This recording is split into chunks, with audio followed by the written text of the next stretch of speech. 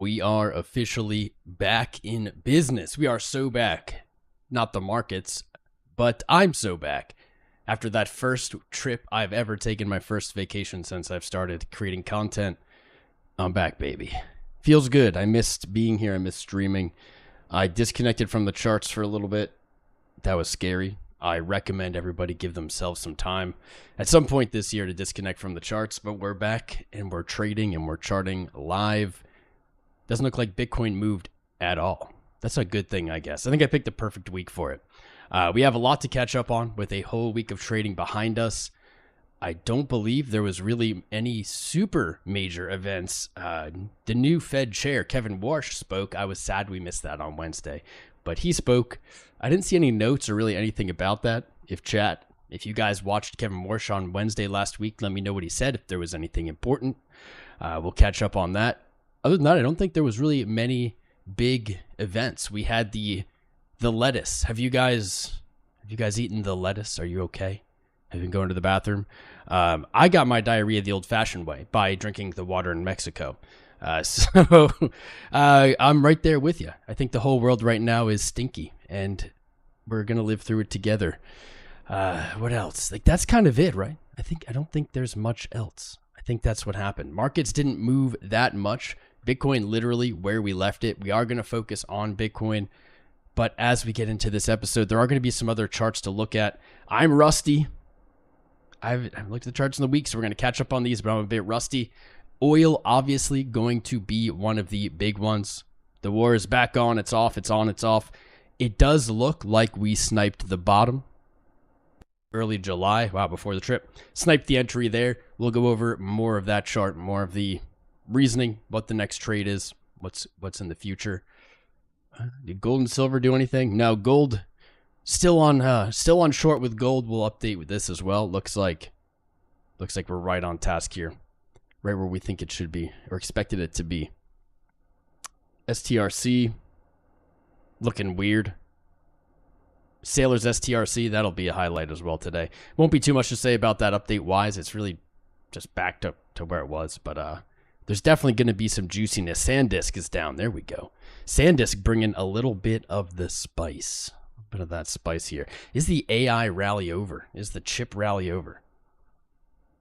I think we're actually at the first potential time that this that may be the case. We'll check in those charts. We'll read into, see what we got. I think the biggest non-crypto chart, just the biggest, let's be real. The biggest chart I think of today, maybe this week, maybe of June and July. SpaceX. Ooh. I don't want to say I told you so, but we all told you so. I mean, we all talked about it here. I think we're all pretty much in agreement on this channel that SpaceX was not going to be a great investment. Certainly it was for a few days, like many IPOs. I think we're still at least a month and a half out from the IPO lockout. So everyone who bought in, who didn't want to break their IPO rules, now sitting at a loss. SpaceX hit an all-time low today. Reaching down to what, 120? Or maybe that was yesterday. Nope. Today, 120, now below the IPO price of 135. That was really the holdout for this chart for a lot of people. They were saying, oh, well, hit this big number, it's fallen down, it's at whatever price, but it's still above the IPO. So we're still in profit. So we still told you so, right? We were still right about this. No longer the case. SpaceX IPO trading about 10% down from its 130 at 120. And where is the bottom? Where's the low? Where's the bounce going to come from? We're going to look into that today for sure. That number may shock you. More about that in 10. I sound like a news channel now. So yeah, SpaceX is going to be a highlight here for sure. Oil. What else? Maybe some rut. Maybe. HIM's a little boring here. What other charts do we got? Has the yen defended itself? It doesn't really look like it. What else have we got here? It's going to go between 46 to 72 before support, Mike. Do you mean it's on SpaceX? That is quite a fall to go. I wouldn't disagree. IPO full unlock by November. I think that's about right. What up, DXB? How you doing, man? Shrink Tech Krishna. Who else? CKB. The Spanish. I look. D'Lo Brown's over here just talking about Montezuma's revenge. I do love that. That's cracking me up. What other charts are going? I really missed the best week to take vacation because just nothing happened. What's up, Bitcoin bum? Nothing happened. It's perfect. I was stressing the whole time that it was going to be like the big week where we like saw massive market moves, massive dumps or pumps. Just nothing. There, another spammer. There we go. SPX, exactly where we left it. I think indices are looking toppy. I don't like this slowdown in momentum at all. NASDAQ, potential diamond reversal playing out. Hood had a little banger before I left. Right back to where it was. Has anything actually done anything? Even PLTR looking a little weepy here. Has anything actually moved? It really feels like markets did nothing while I was away. Oil took a run, and that's it. Oil took a little run. SpaceX took a dump, and like everything's just where we left it. Perfect. That'll make this easy. Last Sunday, you stopped by a Burger King. You're asking, you're wearing that crown around. That's the crown we deserve. We earned it, baby. We earned it. Let's jump into Bitcoin here for a little bit of analysis. 11 days left on the month. Trading up from the lows at 58.5. Still potentially looking for support there if we see a sell-off into the end of July. Even into a sell-off into August. Looking at about 58.5 for a bounce of some kind. No specific upside target on the month. 73.5 from June's open, but nothing super special there. Nothing super strong. I just need to zoom out and check it again for myself. Jersey Mike's IPO is coming. Woo. I drove by a Jersey Mike's on my vacation. I was tempted. While I was gone on the week, this is where things get a little more interesting. Bitcoin closed its third weekly candle. Technically, both of these closed while I was gone because this was the Sunday I left and this is Sunday I came back. 2 more closes above the 200-week moving average. Can't complain there. That is the bare minimum of what we were looking for a bullish case. Holding this level is a good sign, but that good sign is largely nullified by just no movement, no follow through, no momentum, just nothing happening, right? We're closing above, but it really, to me, this kind of looks like typical market BS where we hold it, people start getting optimistic about it being held, and then you dump through. Maybe that will change as we jump through these charts and look for a little more confluence. But I'll say, like I said, the bare minimum of bullishness. We needed this. Closes below, we're likely to send Bitcoin plummeting, and that's probably still the exact validation. 63.2, 63.3 on the weekly, close below, and we're probably seeing that next leg down. As long as we sit above the 200, things can float back up. I would argue we likely could see as high as the 200-day moving average, which I would guess is around 74K right now. We'll take a look. Momentum on the week is rolling over here. It's rolling over very slowly, not with a lot of follow through, but for now we have held the bullish divergence on the weekly lows. We have a lower low in price and on closes. We have a lower low on our price and on our price closes for the weekly time frame. RSI painting a higher low here. You can see it coming up as price came down. That's a divergence of price and oscillators, and that is viewed as a bullish signal. Could be worse. Yeah. Nothing going on there. Let's go on down to the day. I got to get reacquainted with this chart. Holy moly. Boo. Oh, Bitcoin. That those are some this is some ugly price action, man.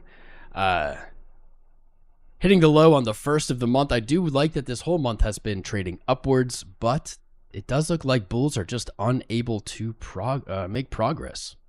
The high in June was retapped here on the 15th while I was away, rejected for another higher low. On paper, we can say we see higher highs and higher lows. That's an uptrend. But when we look at this chart, it just doesn't show momentum. It just doesn't show that upward punch that we really want to see. If it does come, if we do see, again, the daily time frame, we see the selling momentum, the red money flow here rolling over to that zero line. We saw that on the week. We saw the same bullish divergence on our lows here on the day. RSI is creeping up. It's still not super strong. That's actually a bullish divergence with a swing rejection. I didn't notice that at the end of June. You can see that move back towards oversold, and right before it became oversold, it traveled higher, made a higher high. We have the same signals, and I think that that could be an argument for a short-term rally. However, that short-term rally, that ceiling just keeps on coming down. The 200-day moving average acting as a dynamic ceiling, a dynamic resistance, in my opinion, for price in the short term, now at 72.7. I think if we see this pattern break to the upside, which is possible in a fake break scenario, a move to liquidity to the upside to basically liquidate shorts, to pull in longs before you move lower, I think that that's going to be the number to break. What's good about it is this number just continues to travel downward, continues to decline. As time passes, the bar to regain bullish momentum is becoming easier and easier to achieve. And so that's the silver lining here. Price is currently wedged between the 200-week and the 200-day. We can see that when we put that back on the chart. And that's likely to be the trading range, in my opinion, until we get a definitive break in either direction. The validation of that definitive break, so, but Tom, what does that mean? Closing below 63,000 on the weekly time frame, likely to be that validation of further downside. Closing above 73K on the day, above the 200-day, likely to be the validation of a farther or continuation high, more upside. So until then, I think we have a trading range of, as I said, roughly 63 to 73, 10,000 point range. We're at the bottom of that range now. If I was going to play this range, I would likely be looking for a long with a tight stop, only up to 72, 73, reverse around there, and be playing back to 63. Currently, I actually haven't checked any of my trades since I went on vacation because nothing happened. But currently, I only have shorts open. It's an uncomfortable position to be in, but I do have hefty spot holding, so I'm hedged there. I don't know if there's going to be much else here on Bitcoin. Like, this is insanely low volatility. Like, these lows and highs are just smushed in. There's nothing else going. Am I missing anything? Is there some crazy alpha that I've missed somehow by being disconnected that's just staring me in the face? This is interesting. This is kind of cool. The 50-day moving average, just right now today, is death crossing with the 200-week moving average. That's interesting. When was the last time that happened? Let's check this out. In the bear market of 2022, this happened right here. Almost the exact same timing. That's weird. Wow, actually it is. Is it the exact? Okay. Is it the exact day? That's kind of crazy. Nope. Not the exact day. Why is my chart saying it's Sunday? There we go.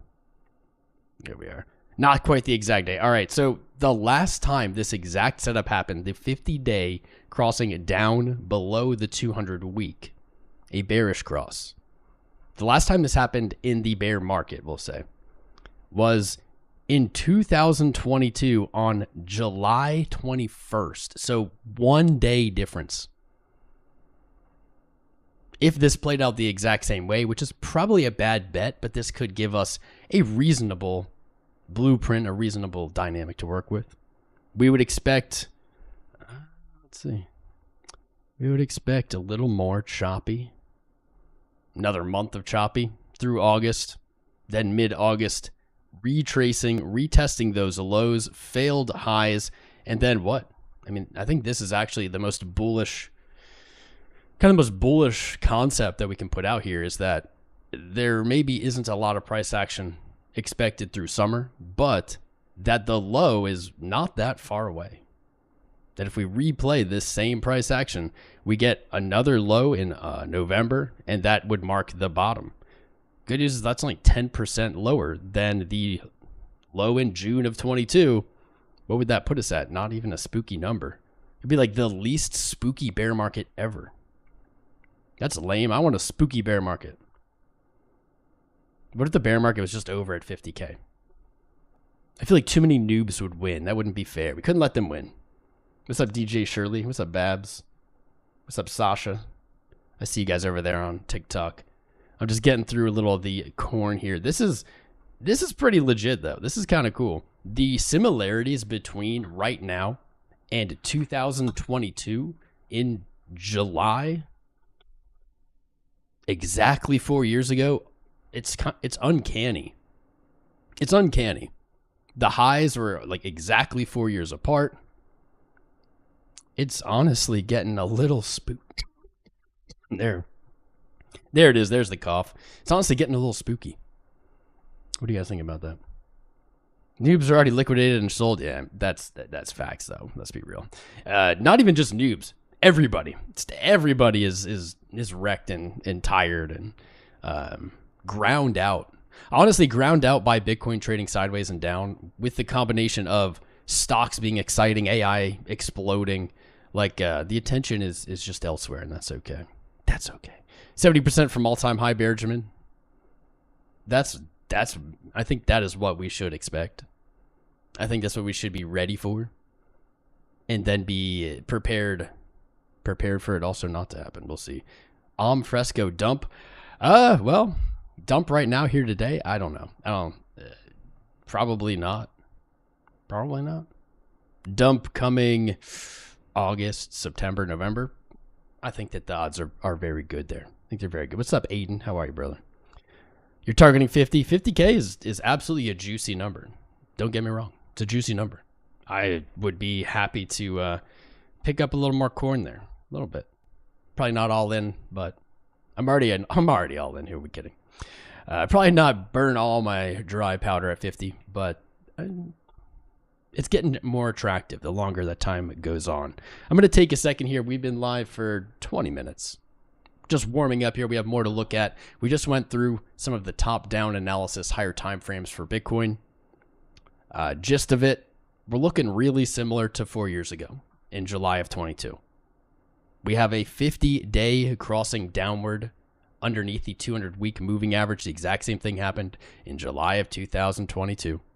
Bitcoin just kind of seems predetermined right now. Hopefully that breaks. We are going to go through. Up next, we have some very spicy charts. I want to look at oil next. Oil, we had a big trade hit. We had a big call on the bottom.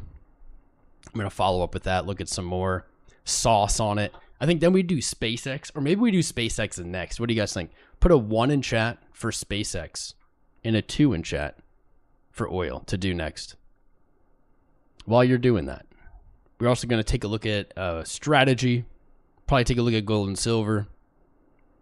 Ones, I see ones on the tube. 1, 1, 2, 2. We don't have a lot of votes. More votes. We need more votes. Nobody on TikTok voted. Y'all have to vote more. Put a 1 in chat for SpaceX, 2 in chat for oil next. Kind of rhymes. SanDisk. I do want to look at SanDisk too. There's so much to catch up on. All right, well, TikTok's not voting, so we'll look on the tubes. What do we got? What's up, boss man?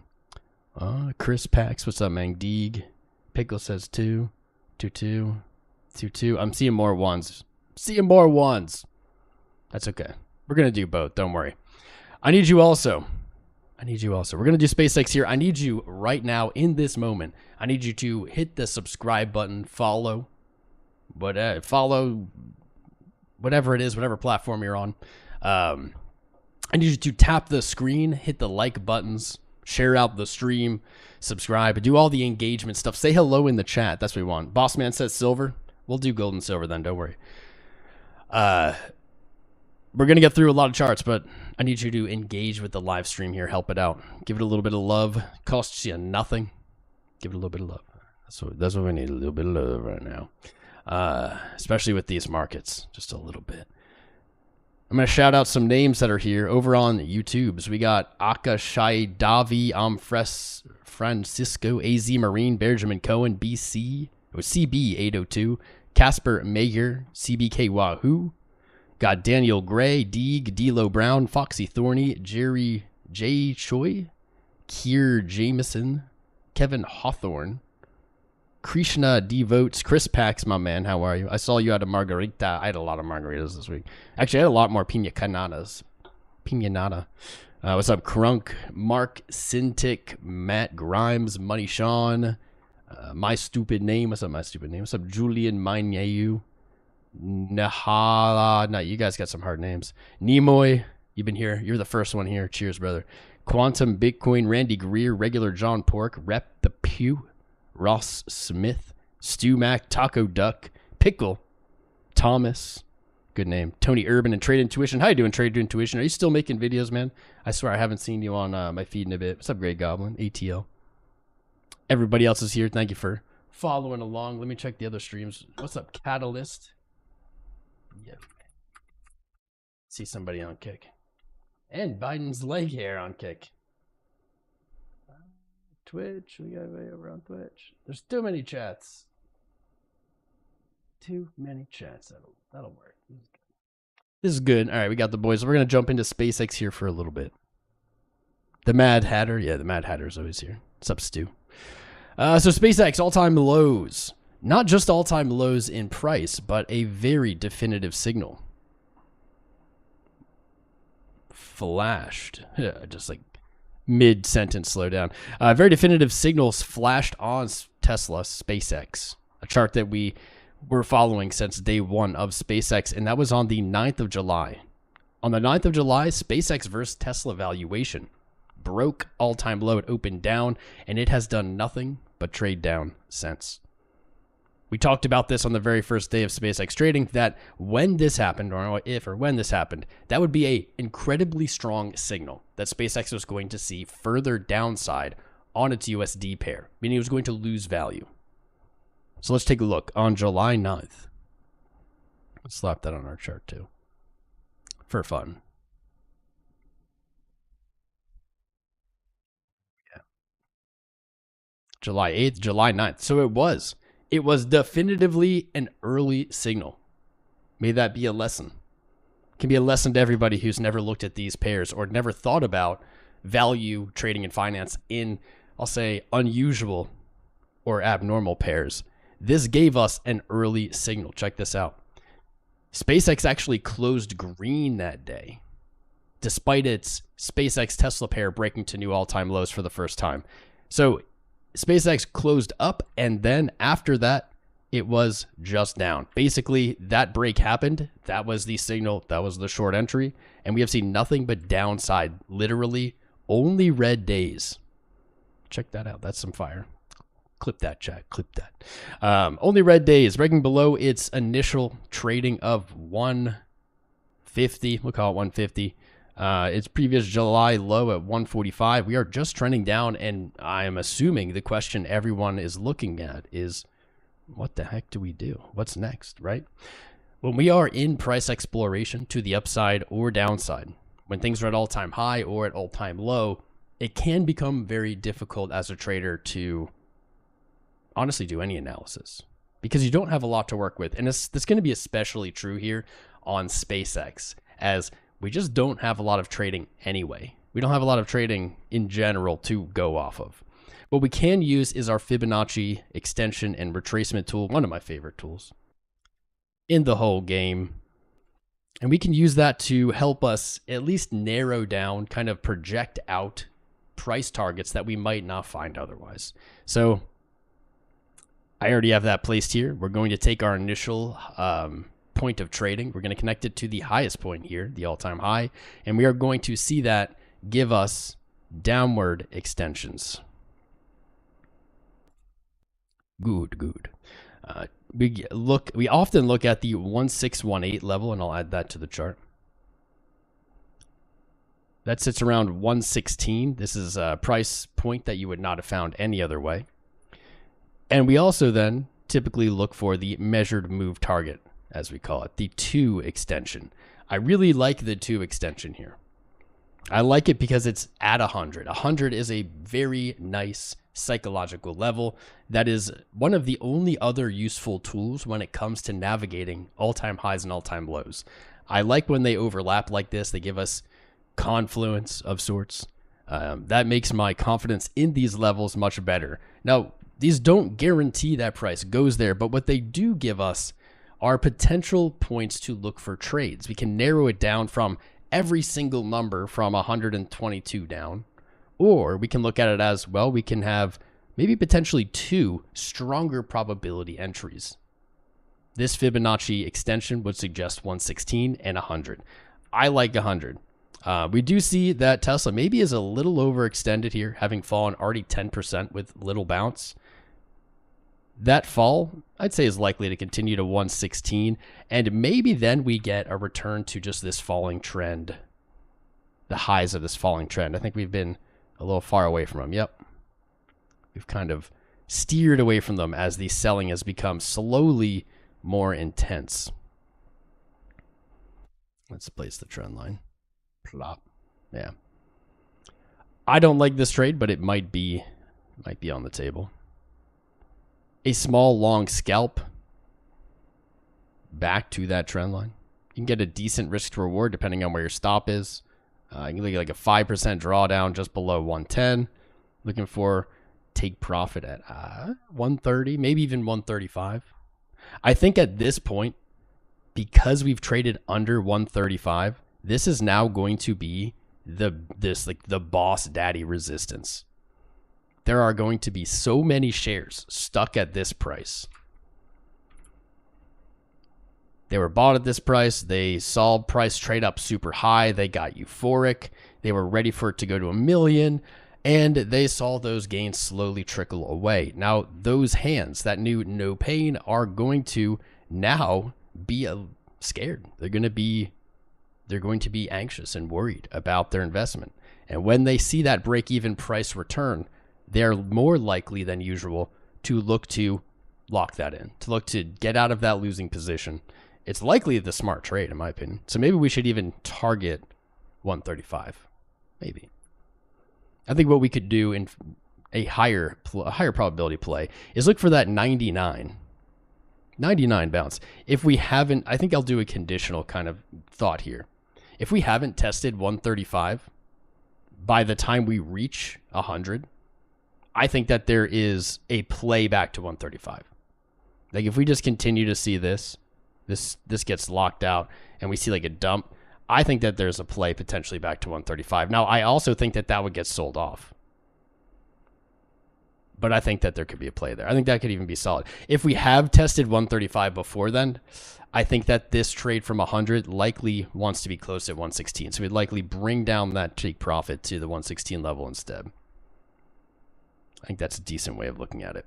Now, can SpaceX go lower? Yeah, of course. Of course, it can blast through all these. You know, this is technical analysis. It's much like playing poker. You can be the best poker player in the world. Sometimes you get bum hands, right?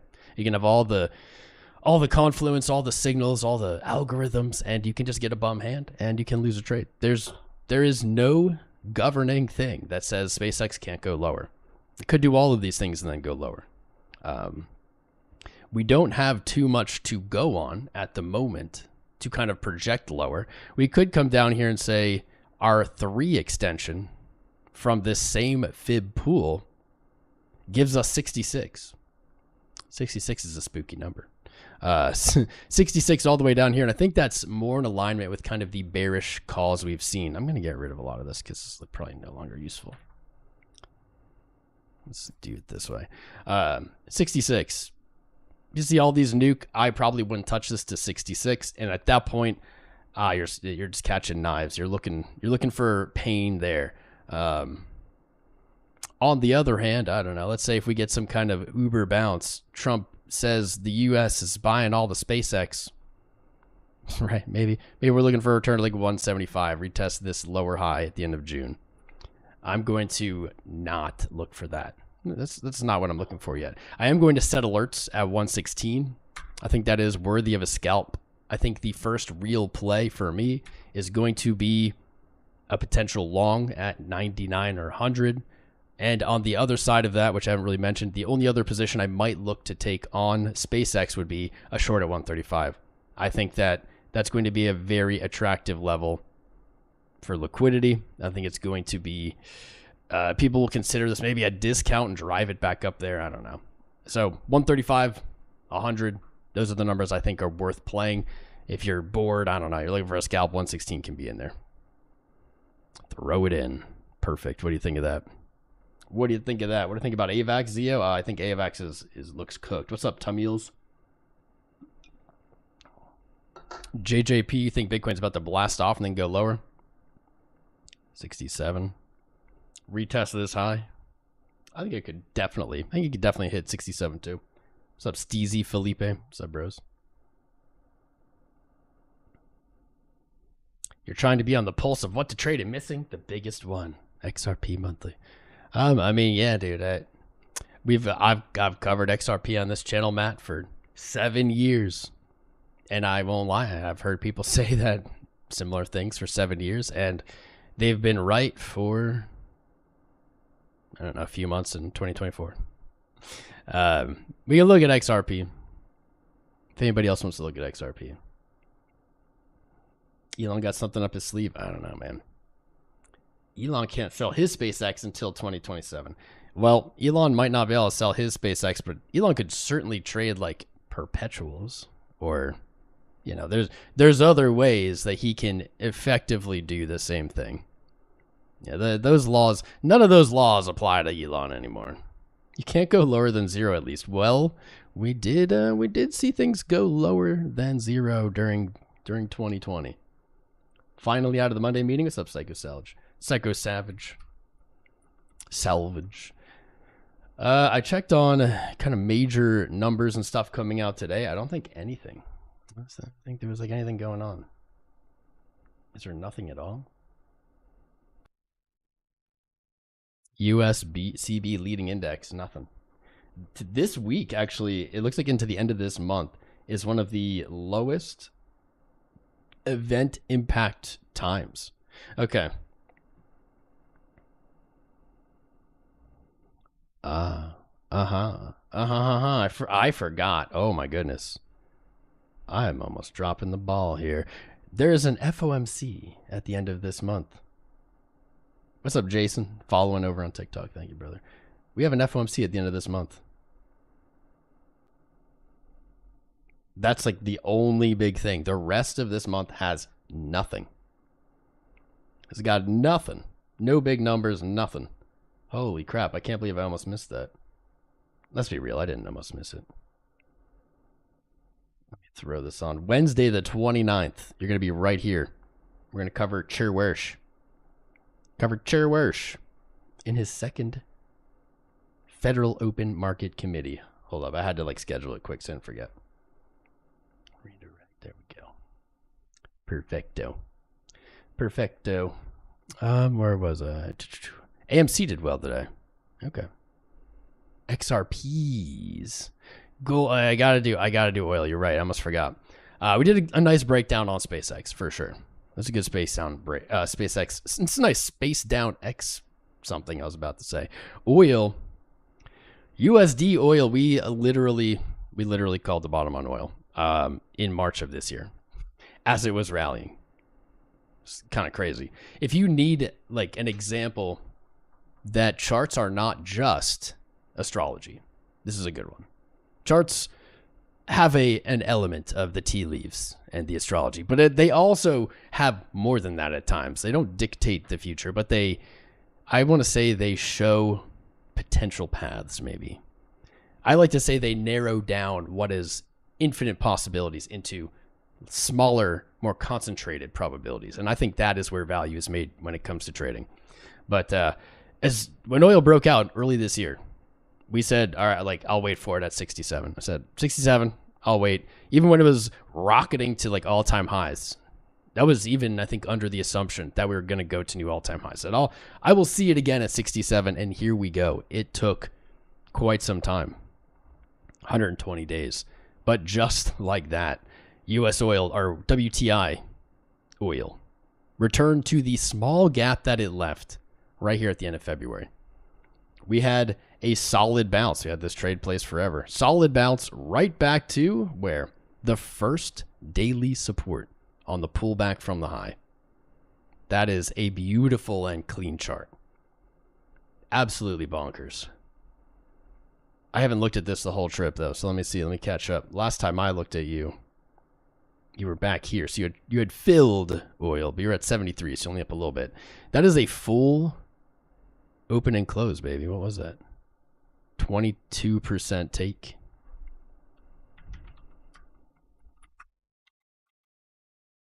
Boom. Boom. Into the books. Finding sellers and profit takers at $83 here. That previous support makes sense.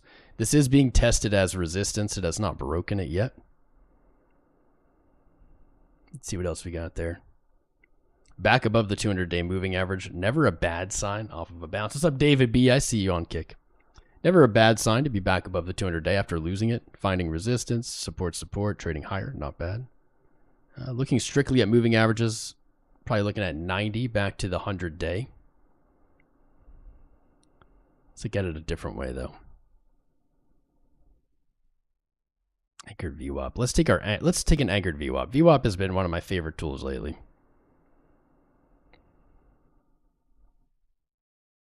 Okay, you're just not going to do it. Chart's like maybe. That's not an anchored VWAP.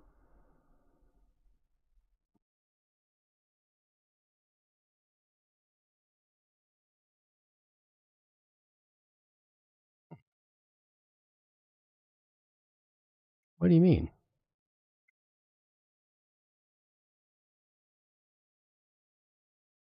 Oh, there's no volume data on this chart. Can't do an anchored VWAP on this one. Okay, that's why. Boo. Boo.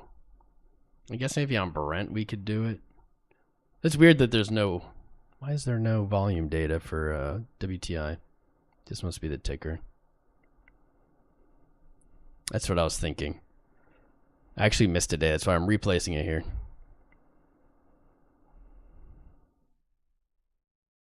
Oh, there is no first of the year. All right. So this is essentially what I was like thinking this was going to look like on the WTI. Like this. And that's pretty much what we got. The volume weighted average price.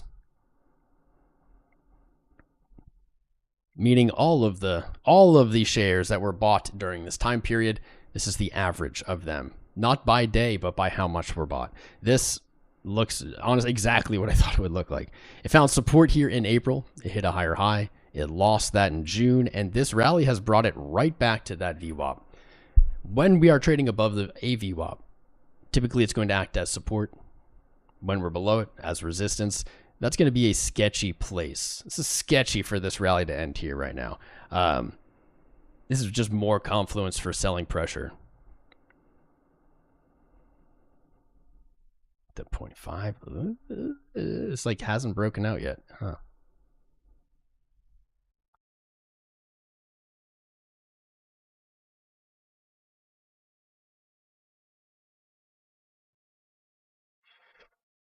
Even less, 382.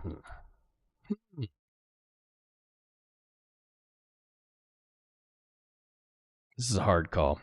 This is a hard call. I wouldn't be surprised to see more downside on this red. I don't think that we are going to be seeing a new low. I think that the June low was the low for oil here. Probably, I don't know, for the year maybe, or like quarter. 200 week. You retook the 200 day and 200 week at the same time. Further upside on WTI, 93. I'd say 90 to 93. That's backed up by both the day and the week. Okay, we got anything? Ooh, I didn't even catch this. That's pretty cool. U.S. oil, not only did it fill that gap on the day, found support on the weekly cloud here. Now returning to the KJ and TK on the Ichimoku cloud. That's pretty cool. That's very cool.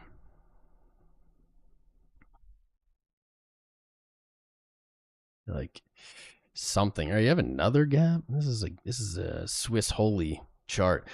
At the moment, I don't love a trade. I think that the trade was the long and then the close. I don't love a trade here until I guess the next move.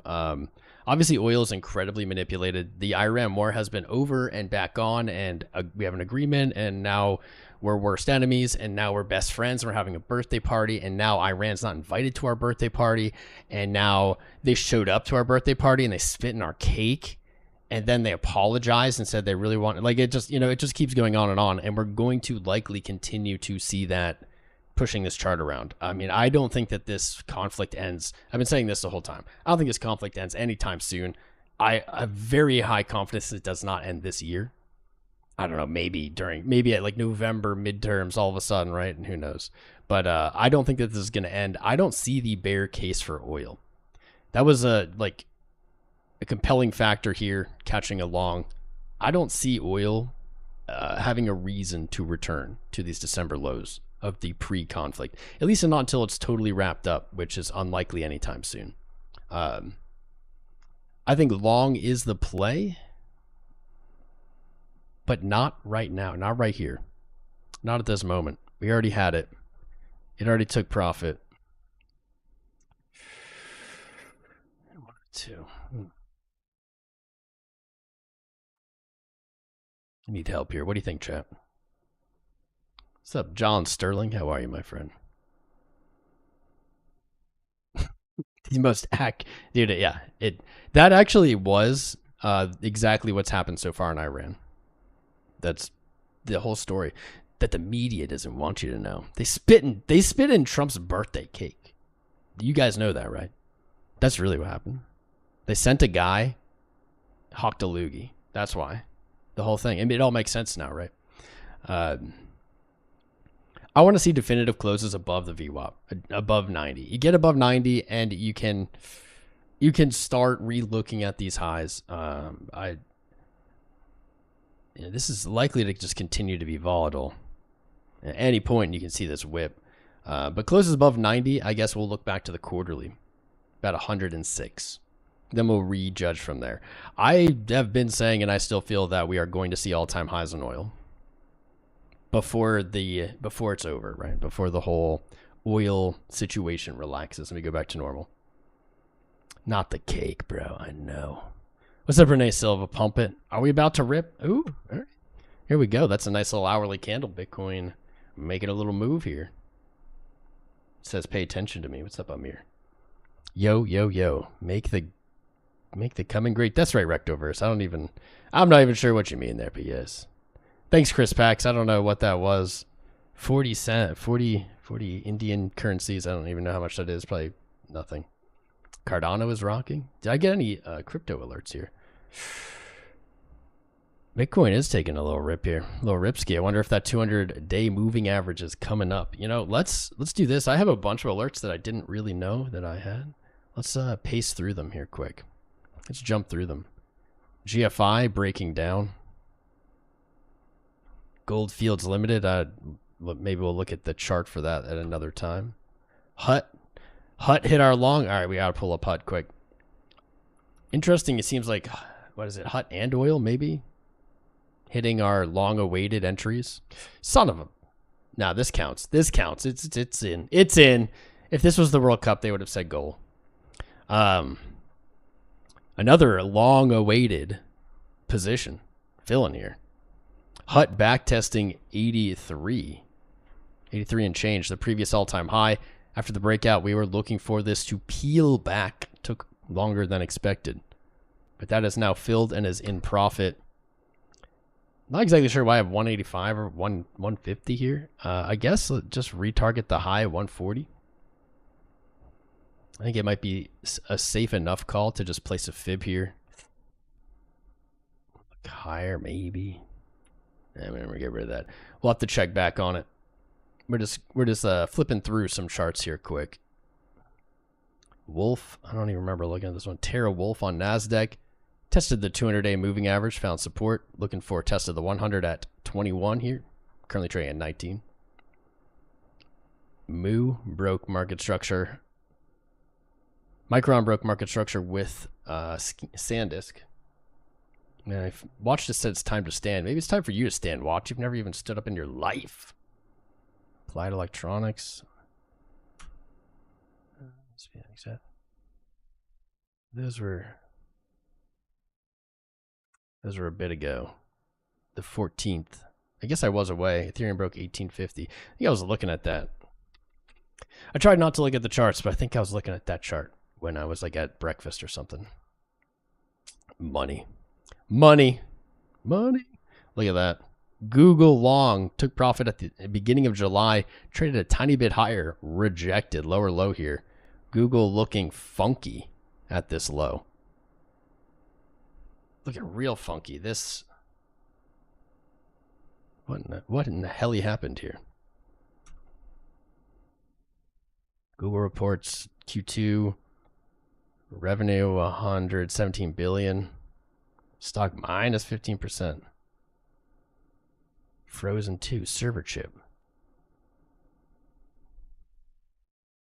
Hands off on this trade now. I'm good on this. I'm good on the Google trade for now. Biddy. Did Professor Beans hold down the portfolio? She did about as good a job as I've been doing. Beans stayed with family, and I missed her. I'll be real. All right, for Mike and everybody looking at these altcoins, I'll pull them up, check them out kind of quick. ADA's not ripping. Get out of here. You guys lie to me. You always lie to me. You're always lying to me about it. ADA's not doing anything. It's right where it was. I still think you're hitting this, but nothing happening there. Just for Mike Grimes, we're going to look at Ripple really quick. XRPs.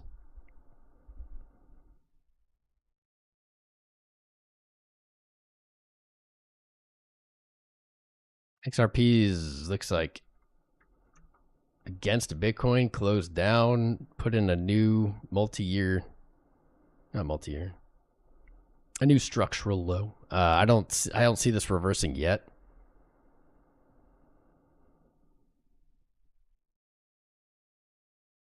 Not yet. What about USD?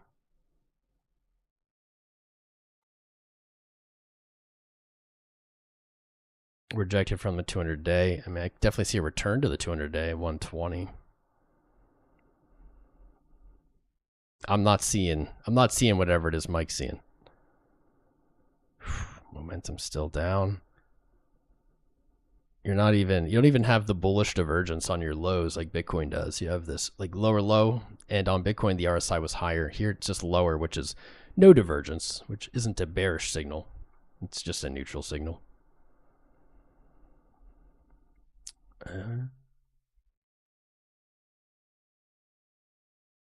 It's broken something here. Maybe. It's actually still battling. Looking to close the first time in July above this descending trend line. It could happen very reasonably. It's a good strong candle for it. A nice 1%. That's crazy. I thought it was more than that. The 200 week. What's the 200-day? 200-week moving average. Sorry, is at 121. That's going to be the next stop if you do see this strong close and you see a continued rally. Retesting that 200-week is likely going to be the challenge for a lot of charts, a lot of coins. Not seeing it. I'm not seeing it yet, Mike. Not saying it can't happen. I'm just not seeing it yet.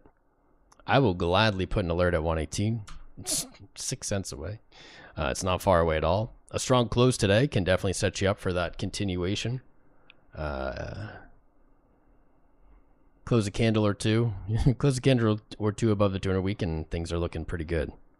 You can see in the last bear market, though, it spent quite amount of time below the 200 week. Quite an amount of time. Ooh, Bitcoin. Alert on Bitcoin. We got to go back. Bitcoin breaking here. Little bit of a move. Wow, this volatility is crazy low. Crazy low. It's so squeezed. I am very grateful that you waited for me to come back, though, Bitcoin. Looks like we are potentially setting up for the first significant move here in sounds like the end of in July, maybe the first significant move in July. We have broken to a new high for this month. That high actually is breaking ever so generously. I say this. I should just say retested. Hasn't even really broken it, but we'll say broken it because I feel like it broken it to a new high, 65,550 versus 560, whatever. Slightly higher high there versus those double top wicks from the last week. It's not bad. It's a good sign for pretty much the entire crypto market if Bitcoin does continue to move up.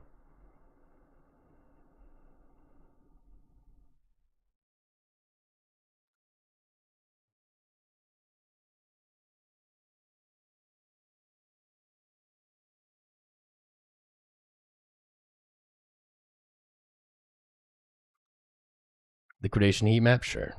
Weekly, monthly. It's a higher high on the month.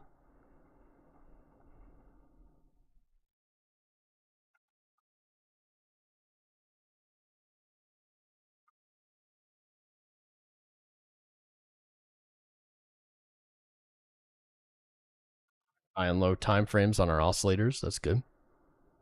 Money flow coming up as we zoom out.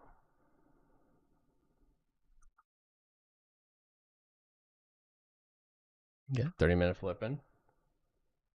Hour solid green, 45-minute following.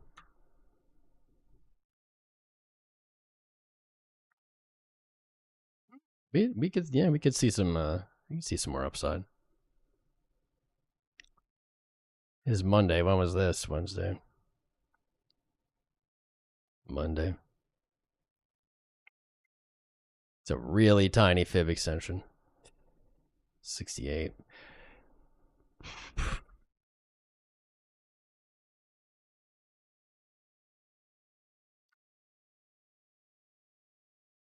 Is it a good decision to short now? I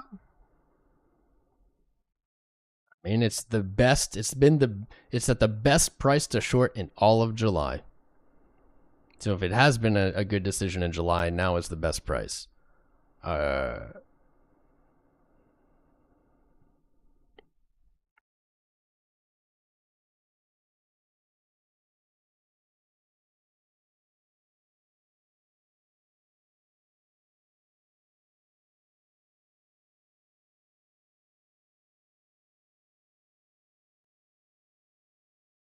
Hold up.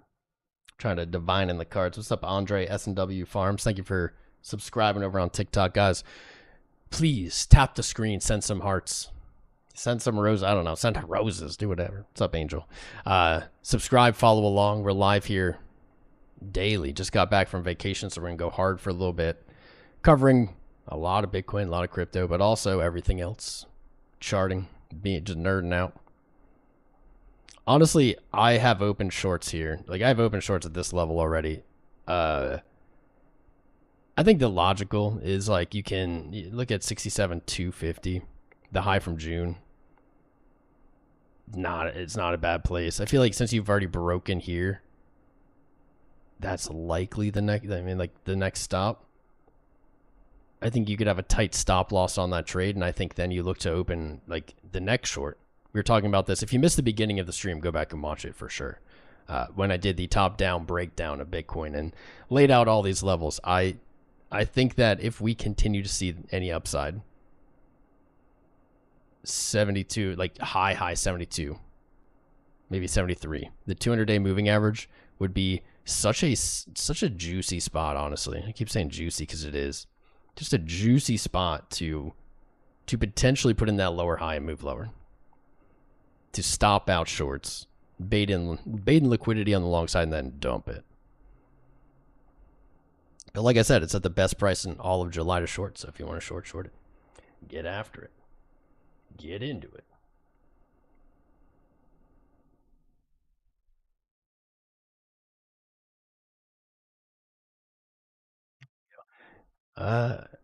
While I was away, I don't know what, I've never even heard of these, but Google gave us a profile, a Google profile. Have you ever heard of these? Maybe it's the precursor step to one of those knowledge panels. I have it pinned to the live. But if you guys want to check it out, because this just got enabled today. If you want to check this out, give me tips on how I can make this better. I haven't put any time into it yet. I just made sure it was set up. It's something you have to like unlock. You can't just make one. You have to have a certain amount of followers and stuff on platforms. It's kind of cool. It's like profile.google.com/@TomCrown. Wow, David Brooks, get out of here, you scammer. A little free lesson. Anybody who ever says they can help you recover losses is scamming. You don't even need to ask a follow-up question. Recover losses. If it's crypto losses, if you lost like wallet-wise, nope. Nobody can help you there. If it's losses in trading, doubly nobody can help you there. Like nobody, if someone could just recover trading losses, that would just mean they could print free money. Nobody can print free money. Except for the U.S. government, baby. U.S. government. The chart you have is Bitcoin making a right shoulder.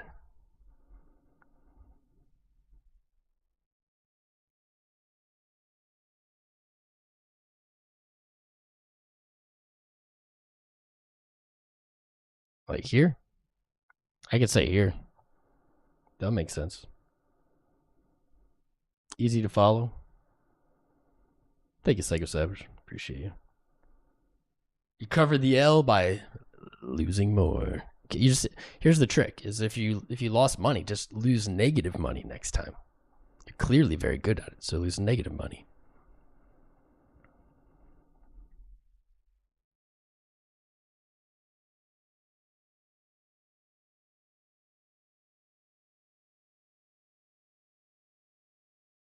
Nothing about this looks good. I agree with you there. Nothing about it looks good. Not a super strong signal for crypto right now. Even I'm skeptical of like a breakout rally here. I'm very skeptical. It's like you break out, you get some upside, and where do you go? Right here, 73, and then what? You have another lower high. You've tested the 200-day again. The only good thing that's changed, it has changed since I went on vacation, is we've had multiple closes now above the 200-week. It's pretty, it's as we say in Spanish, pequeño opium, pequeño, or is it pico? Pequeño opium. Same thing kind of happened here in the last bear market too. In July and August, we had some closes above the 200-week, higher highs, and did not go anywhere. But it did indicate the low was near, so that's good. Price-wise, the low is near. Where have I been, bro? Meta Space Real. I went on my first vacation in the 7 years that I've been doing this content thing. First vacation. I went to Cancun. I went to the Excellence. This is a pretty nice resort. Pretty nice. The Excellence. It was great. It was great. The beaches were stinky, though. They had like the seaweedy sarcasm stuff. Couldn't go on the beach. But they had great pools, swim-up bars. Honestly, I just did nothing. I like didn't check the charts, didn't check any work-related things, just hung out and did nothing. Wore a lot of sunscreen, probably got burned. What? I think the TikTok stream just crashed. That's weird.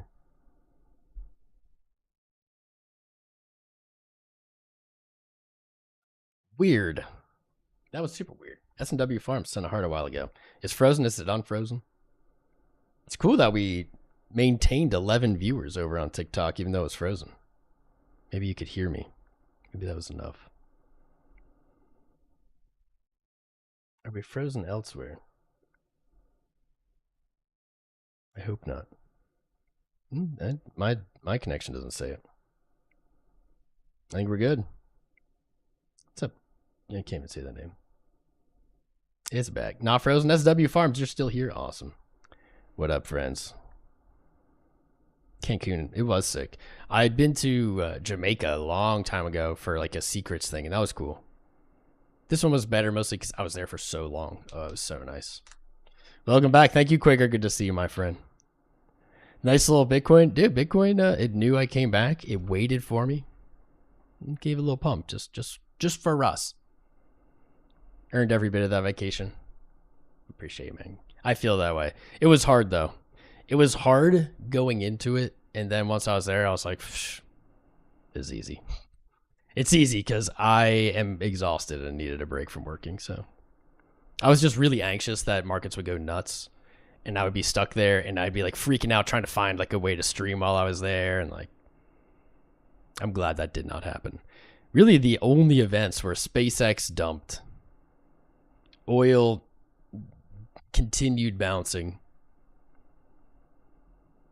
I guess SanDisk dumped. I guess that was an event. Yeah, because it broke structure here. This, honestly, I haven't looked at the chips here. Haven't looked at the chips, but the chips are looking not so great, honestly. This top looking different than the last few retraces. Last few retraces very meaningfully were bought up quickly. Here we have some weak highs. We have a weak high. We even have a weak high on the way down. Breaking structure. Now potentially targeting like, what, 1270?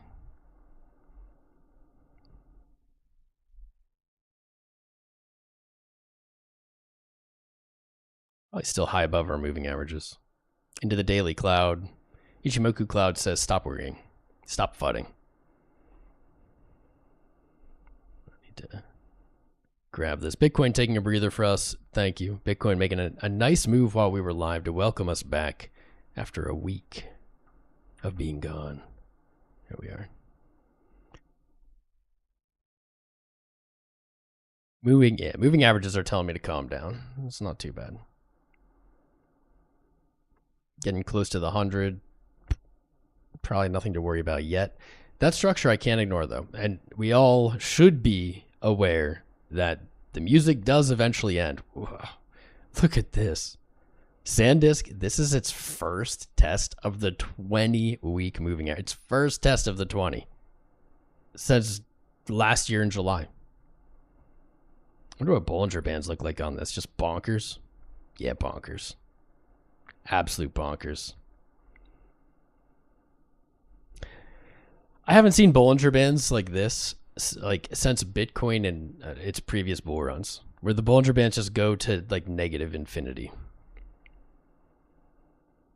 The BB is suggesting if SanDisk gets a second attempt at this high, 2,300 is probably the target. Top of the bands.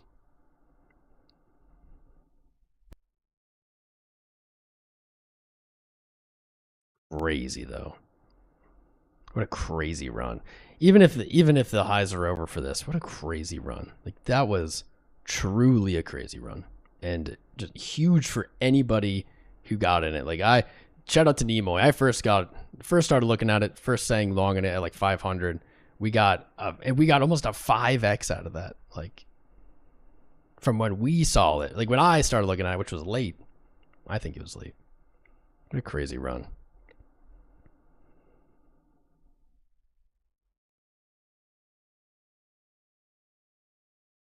Looks like are we below all the hopium trend lines?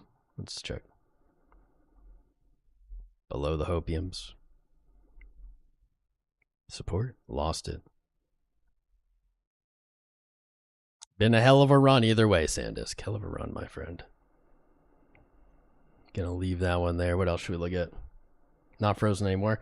It was just frozen temporarily. I don't know.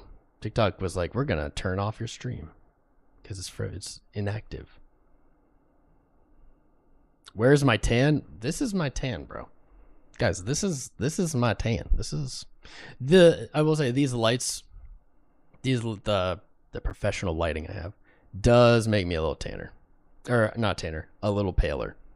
I'm a little bit, and just very, very little bit more tan than this. Any news? Not that I'm aware of. World Cup is done. Maybe that's the news.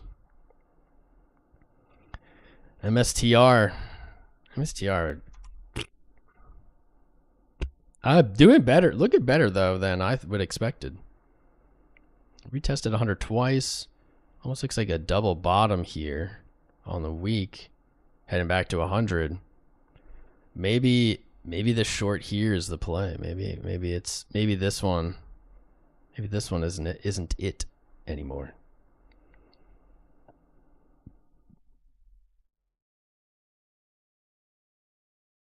I don't understand why MSTR would go up, though.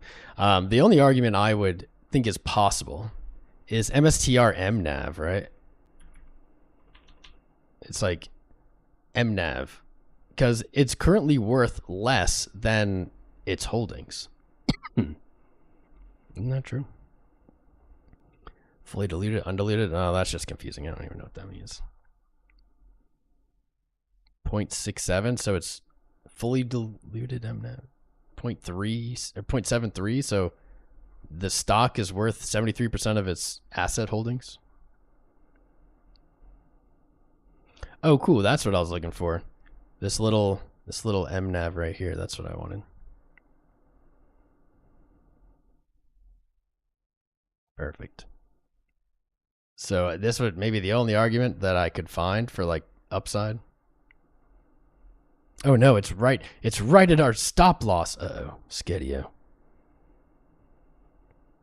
Yeah, when Bitcoin's in a bull run, I don't doubt that MSTR will go back up. No doubt.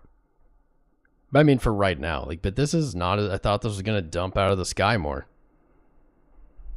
So I'd be like, the argument for it. I don't know what the argument for like it's bullish now would be, you know. And the only thing I can think of is, well, if its MNAV is around 135, like trading to 135 makes sense, because if you believe that MSTR will go back to 1-to-1 with its assets, then that you're buying at a discount.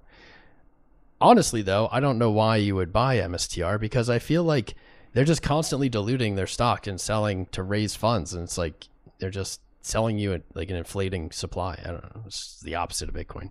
But whatever, Sailor, you just do whatever you want. Whatever it is that makes sense to you.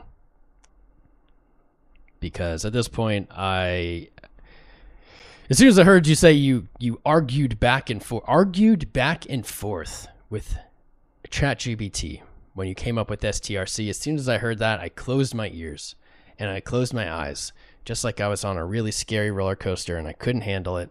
And I was already on it, and I was buckled in, because that's literally where we're at.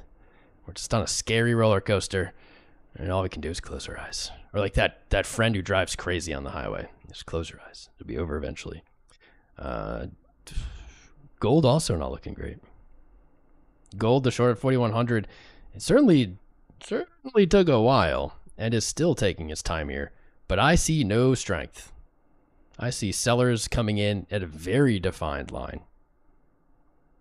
Very defined. Over time, they're coming in earlier. I see just retests of support. I see very limited, very lazy buying going on at those supports. As they're being tested or being weakened, I think the short's still the play. The stop loss could be moved up or moved down a little bit.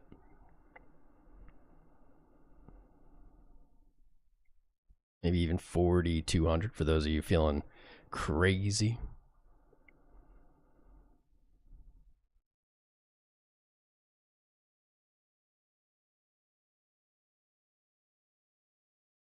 Stand by that so far. Let's see.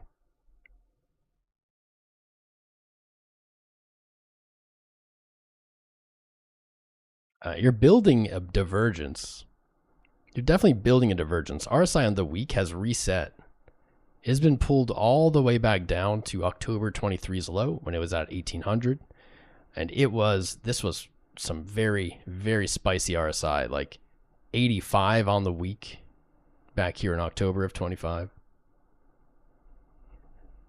You'll oftentimes hear me talk about bear div on highs during bull runs and how you can largely just ignore them. Here you go. Like gold hit its highest RSI in October of 25. It didn't top out in price for another few months. January of 26. I want another 25%, but for gold, that's a lot. But you saw just hits and hits of this bear div come in. And it didn't really play out. I mean, it didn't really play out until you'd already broken the market structure, broken lows. I do think that gold will kind of continue this falling wedge down. Where it finds support exactly, I think 3,600, but I'm not. That's hard to call. Continue this wedge down, and I think it will break back up. I think it'll have a pretty glorious break back up.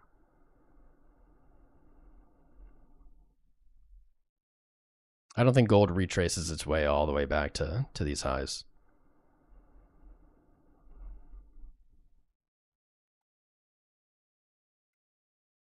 How much did I make today? How much do you make a day? I don't know. It's a bad way to look at trading. How much you make a day? It's the way that we all want to think about trading when we start trading and we approach trading, but it's probably the reason. It is probably the reason that I'd say most people lose their money. Looking for some flat amount every day, that's just not possible. Even a percent, even 0.1% every, like literally every day is impossible. You're gonna have losing days, you're gonna have winning days.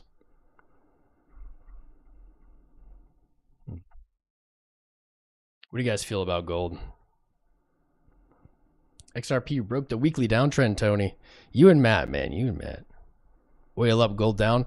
You know, gold, but oil might be taking a little short-term reversal here, so maybe we'll see gold make a pop. You missed the silver? No, you didn't, boss. All right, S&W Farms and Boss Man, just for you guys. Let's look at silver. I will tell you, based on looking at gold, silver probably going to be leaning bearish still. I haven't looked at it, but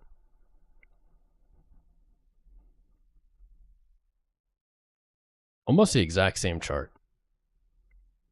Almost the exact same chart, and I almost have the exact same kind of midterm analysis here. I think they're both painting these really big descending wedges, falling wedges, whatever. I think they're both painting them. I think they're both looking to find liquidity and support and then break out of this falling wedge. Like, maybe for silver that's 50. It's a lot easier to like kind of name a price on silver because it's so close now to its previous all-time high. But I can see this playing out and then getting a pretty strong retracement bounce. You could, if the conditions are right, see like all-time highs again. I don't know. That's a pretty big if. I'd feel a lot better.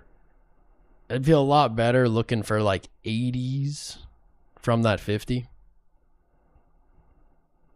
But I think they're both painting this, and they're likely to make those moves in similar times. Silver is right here, getting sliced up by that trend line, just like gold. I would think that silver's closer to its bottom. 49. What's the previous all-time high? 50.49, yeah. It did touch 54.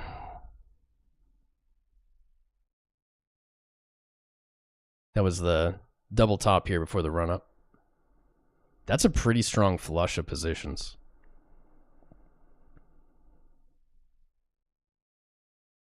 $11% drawdown. See what these trades look like.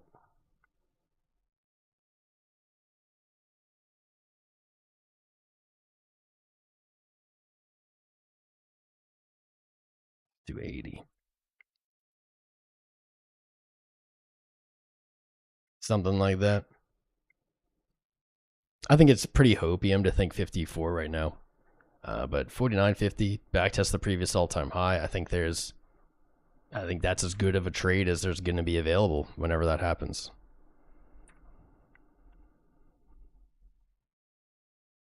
RSI is real low. Building up a bullish divergence here. Could get stronger if price pulls farther down, but RSI does not become overbought. You get an even stronger divergence than you currently have.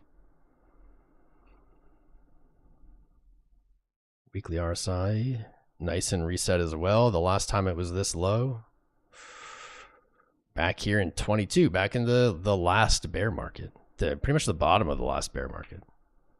Last time RSI in the week was as low as it is now. Price was at 17, currently at 57. That's some improvement. If silver bounced at 50 and started returning to the highs, this could be like the craziest chart ever. Just a touch and go. I think silver also shows the wedge that I'm talking about for gold a lot better. It's a lot clearer. Mostly because silver has been putting in, I'll say, like cleaner lower highs and more continuous lower lows, whereas gold has this kind of habit so far of like bouncing at the same support, moving back up, trading lower, bouncing at that support. Like silver just gives it up and it makes that cleaner line. I think it's a pretty straightforward chart.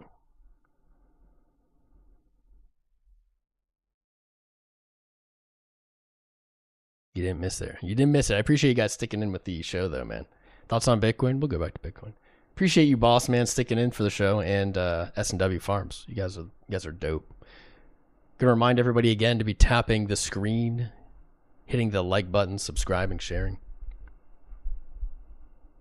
doing all the goodies to help this return stream be successful. I missed your reply actually, Trade. What did you say? You're still making content. For some reason, this isn't working. My computer's lagging. How are you making videos? Monday and Friday. Your views are way down, bro. Don't worry. We're all it's not just you. It's not just you. Crypto content's views, like even the biggest channels, are getting bled out. It's pretty crazy. Tickle. What's up, Veiled Sage? How you doing, man? What's up, Zeb? Randy. Gold down to 3,400. No rate cuts. Yeah, no rate cuts. Not gonna happen. We have an FOMC on Wednesday, the 29th. You should join us for it. You should definitely be there. Yeah, I mean, just look at it. Even look at our chat, Trade. When Bajarki.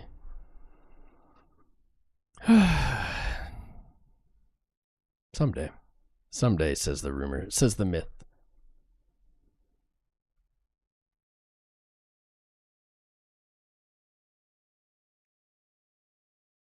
Our greatest scholars are saying that when we need him most, he will return.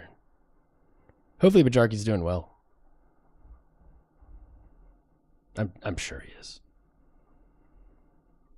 Yeah, I'm not quite there with you guys on a sip of water.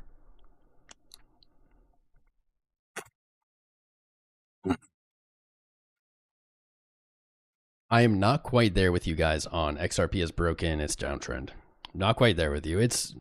I touched on it earlier. I would fairly say that right now, today, is a good shot at that downtrend. If it can close at this price or higher. It's not its macro downtrend. It's a local one. If it does get a strong close today, I'm probably looking at like 121, right? Is that what I said? 121. The Bitcoin pair is just not doing it for me yet. This is still, like, I'll admit, as I always do, this is still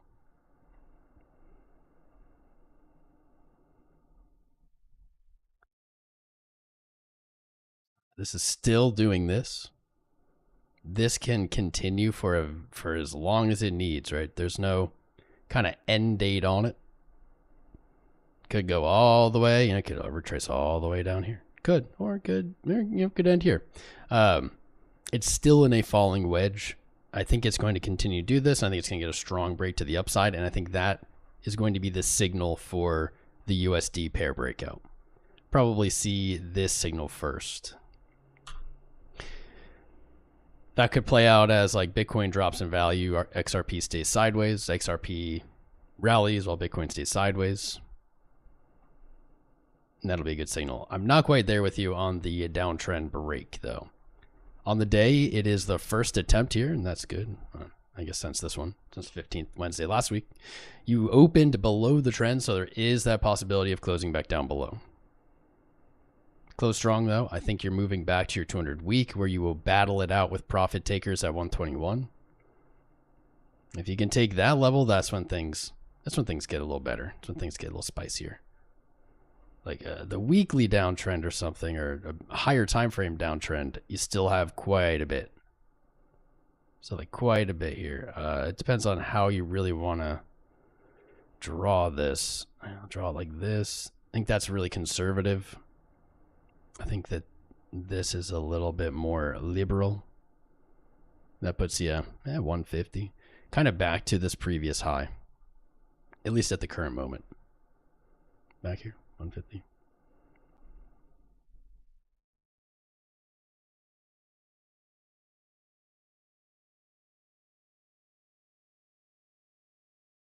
Oh, stop opening.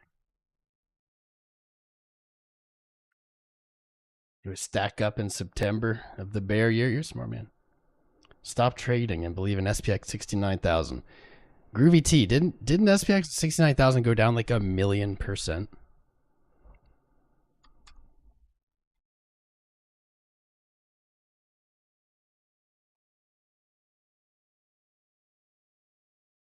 Maybe not. Actually, maybe it didn't go down 1,000,000%. Let's see.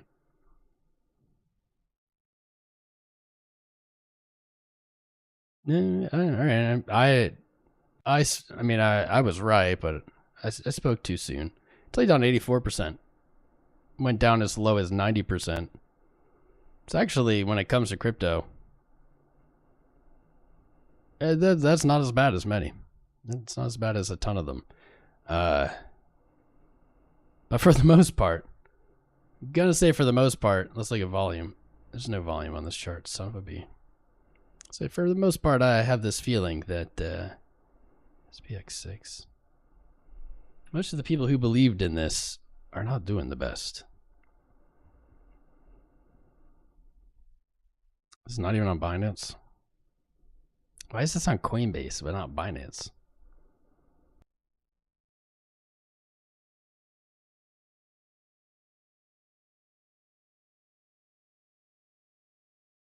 Ooh, that Coinbase listing was not kind to it.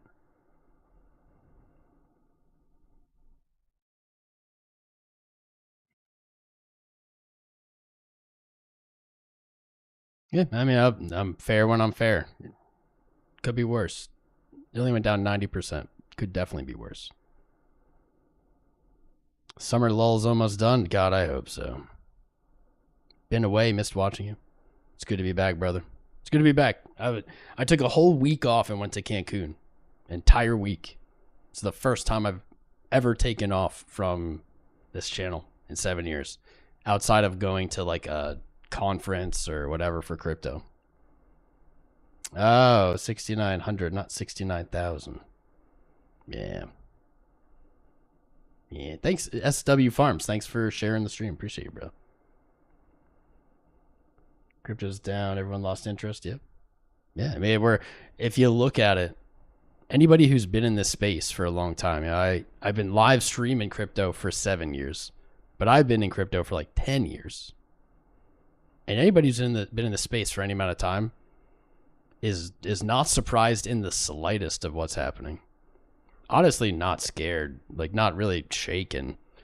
It's just exactly what's always happened, at least in my experience. And it's right on time. Even the timing is the same. Like, if you look at July right now, and you look at July exactly 4 years ago, they are just so many weird similarities on the chart. Like, super weird similarities on the chart.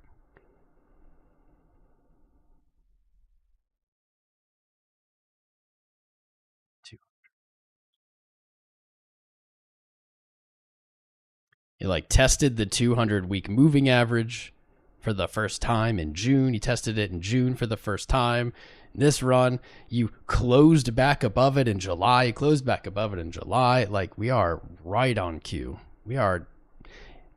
It almost feels like a trap because it's so the same. Like, maybe that's the trap, right? It's because like the only people in the space now are people who have been in the space.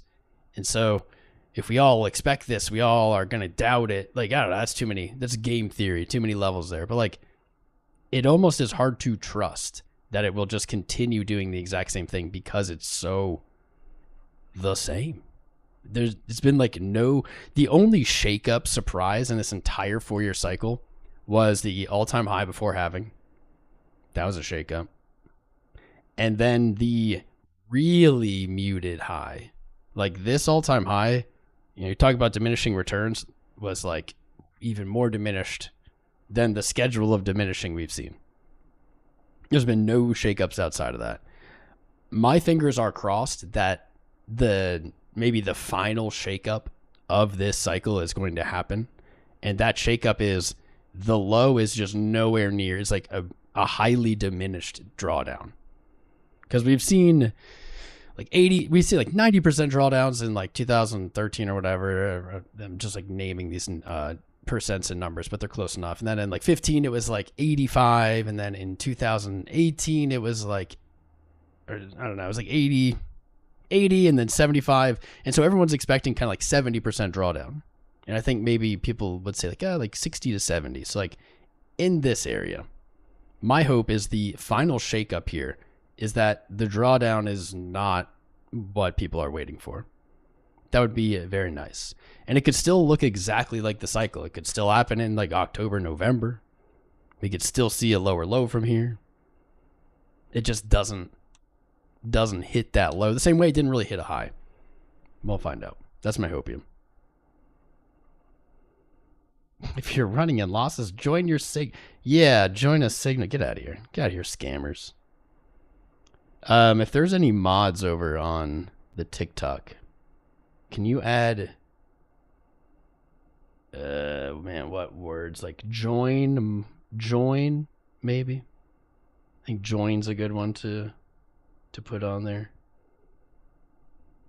Maybe signal group. Something like that. Will Bitcoin ever hit 60K again? I think absolutely, Rabbith.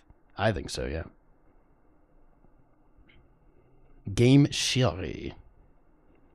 Everyone's hitting the toilet at work today. You work in the kitchen? Oh no, BGSP. That's bad.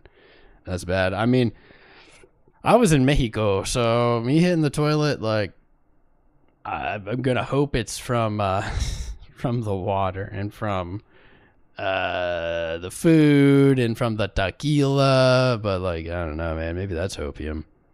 I hope all of you are not running to the bathroom today. The majority of crypto will follow what Bitcoin does. Absolutely. Low volume top for Bitcoin. Yeah, the cycle,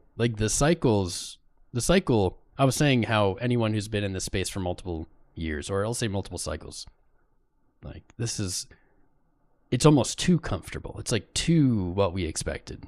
So I'm hoping there's one more shakeup in this cycle. I'm hoping that shakeup is that the drawdown from the high is very muted, very low. Yeah, just be safe. You're right, Psycho Savage. Be safe. Just don't eat any vegetables. Don't eat vegetables. Don't have any vegetables. Don't have any lettuce. You had the butt COVID recently, Bob. Well, maybe it was the lettuce. Maybe it was the butt lettuce. What's up? Go home to your ball, Bob Saget. Yeah, people are chilling. We've lost some of the viewers over here on the YouTube. Wasn't a huge stream to begin with, but it's good to be back. Yeah, we have a few hundred. It's good to be back, baby. There's nothing going on. This whole week has no events. Nothing. Next week we have the FOMC on Wednesday. Still trying to figure out how to do stuff as mod. Yeah, I honestly don't know either. I don't think I've ever modded on TikTok. Tienes los pool de liquidez. Do I have a pool of liquidity? I was just in Mexico, so I wonder if TikTok like detected I spoke any Mexican and then Spanish, and then like started showing our channel to Spanish people. Hola, ¿cómo estás, señores? I just left Mexico and back to English now. What's up, Frasco? Printing Mesa. You like the shirt? Yeah. New Spain. Sure, New Spain. Cilantro. Yeah, just do yourself a favor. Have no vegetables. Stay away from them. Cue the history. Market makers changing hands. Global fundamentals, much different. Why do I believe it? Argentina. What's up, man? Why do I believe it'll hit 60K again? Because at this point in time for Bitcoin, at this moment in the 4-year cycle that we've experienced for many, over a decade, we have seen a low, or the lowest point of the bear market in or near Q4. So October, November, December.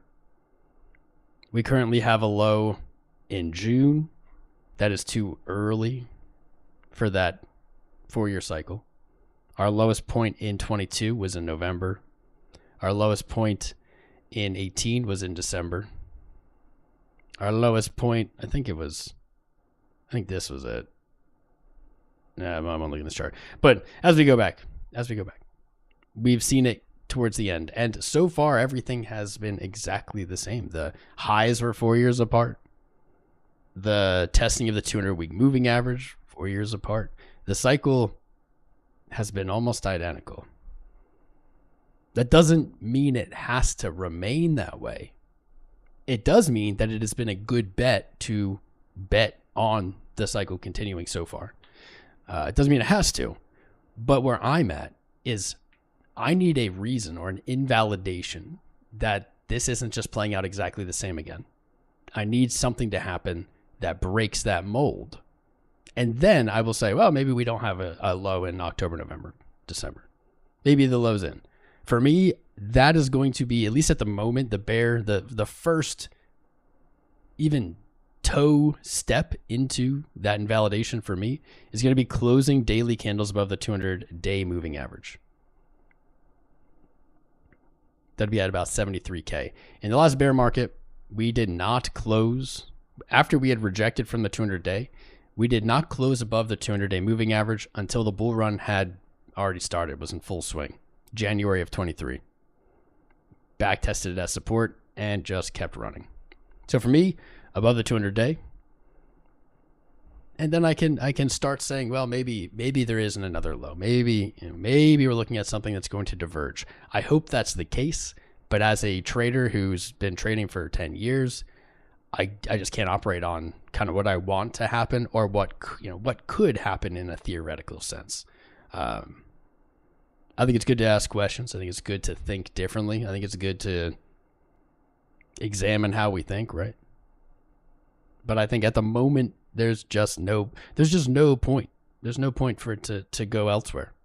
And we can just simply wait and have an invalidation point and change our minds. Brian says, too many people calling for 40K, so it means it won't happen.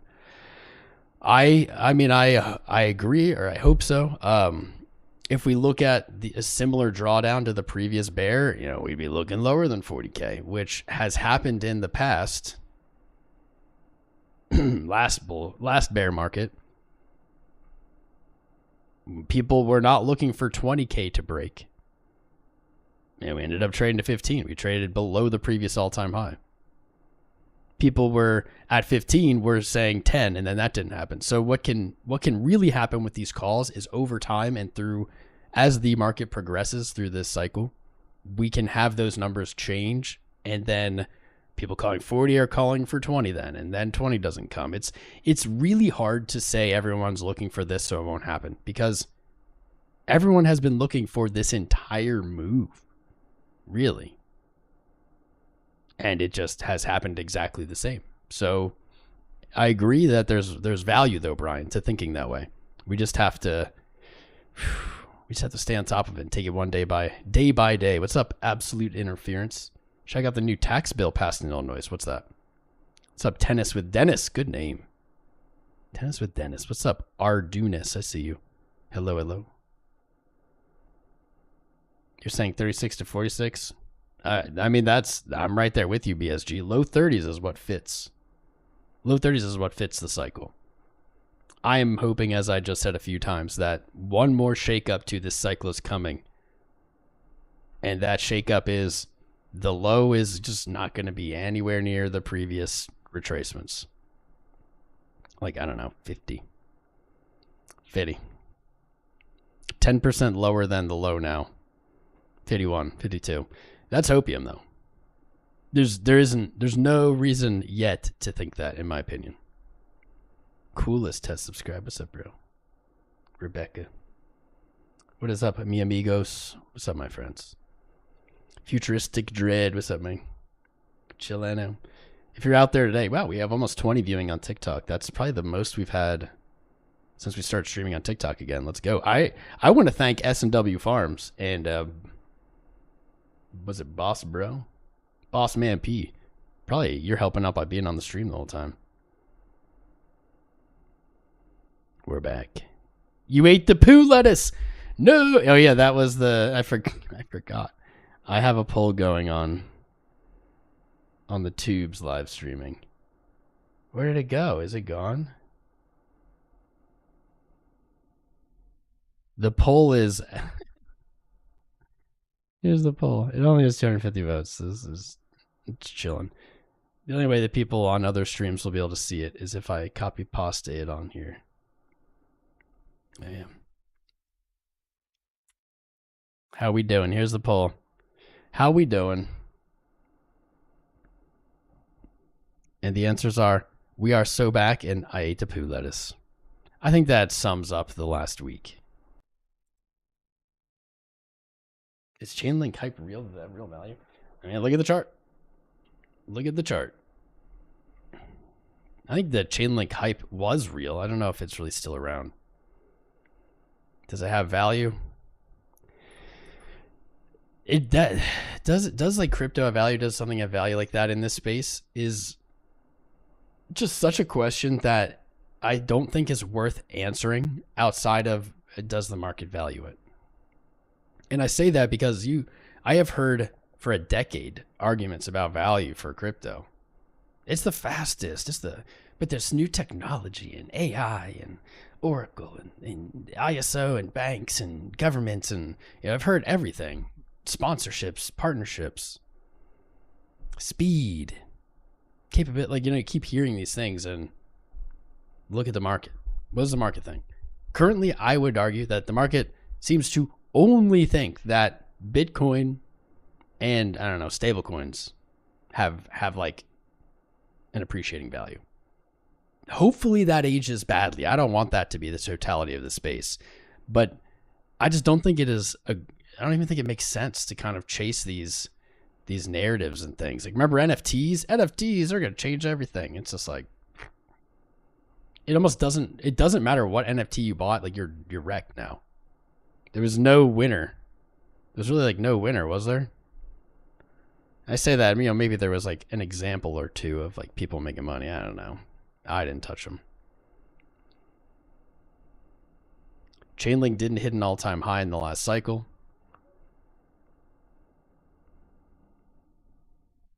Hasn't broken its low from the last cycle. That's good. Hopefully it's bottoming out against Bitcoin. It might be.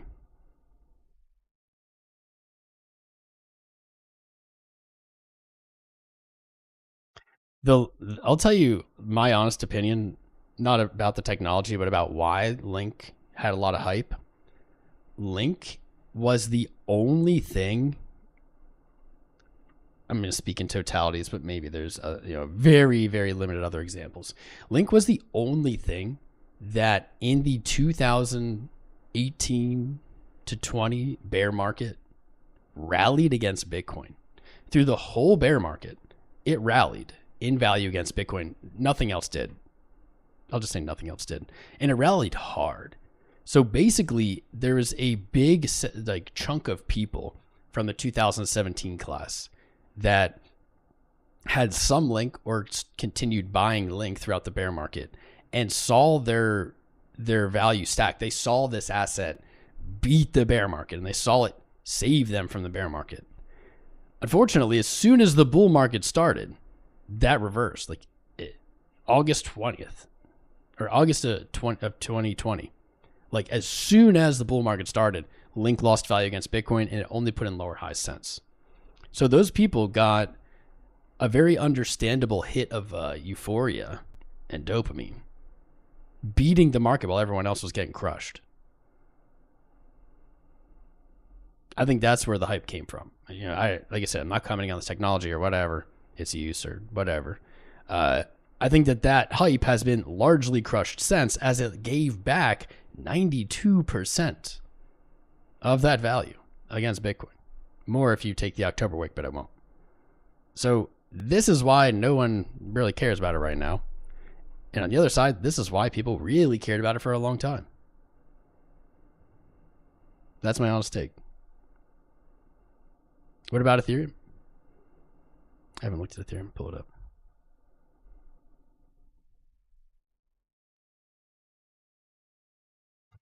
What's up, dealer? You're currently shorting Bitcoin. It's probably the way to go, Volt. Huge scams, Chief, yeah. Soft Shell, how you doing, man? Who did I miss over there? What's up, one-legged beggar?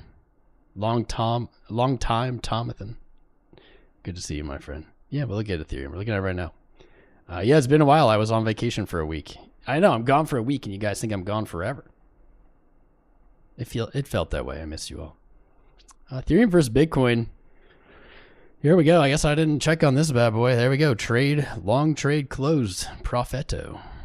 Made some wins on that one. What was that up? 14% against Bitcoin. I would take that.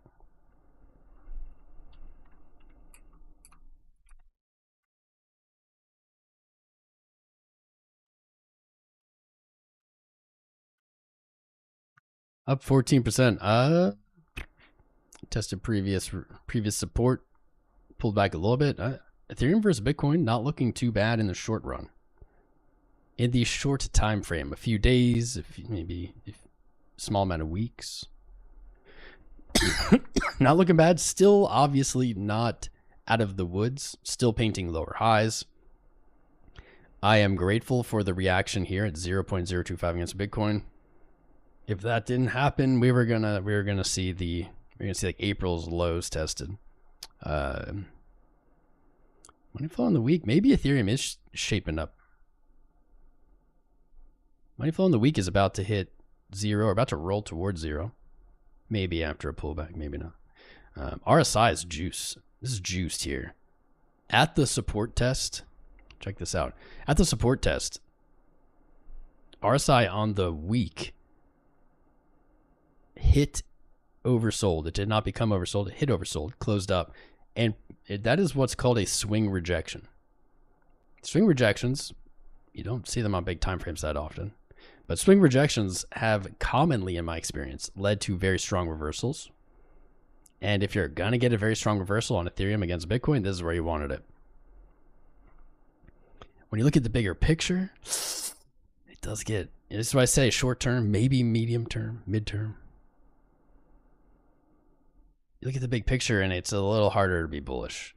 You kind of see like, oh, well, we were probably in the same spot that we're in now back here when we had this strong bounce. We just started bleeding off a little bit. And we had some strong bounces on the way down, but it did not hold. The bigger picture is hard. But the bigger picture, I think, gives us a solid invalidation too, is there's clearly a trend line here. There's clearly a supply line where sellers are getting out.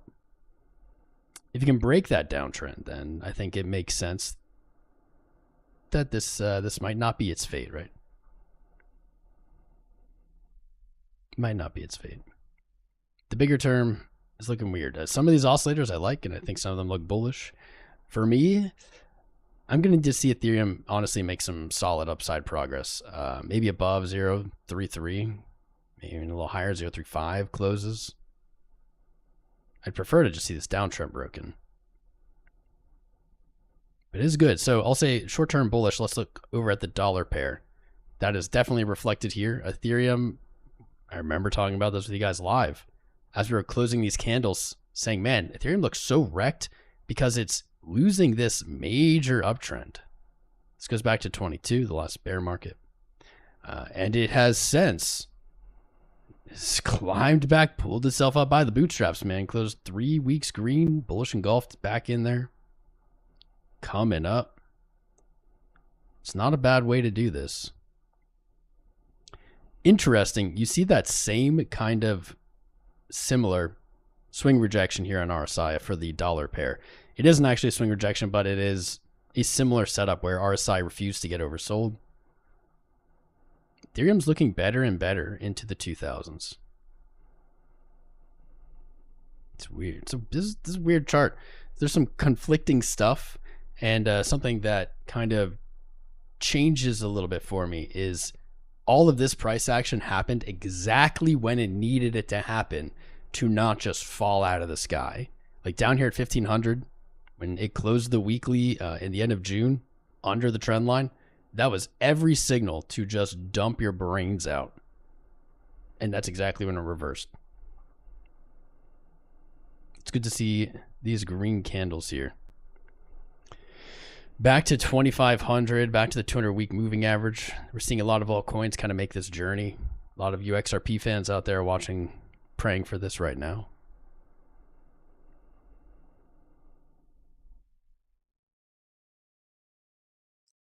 Dip there.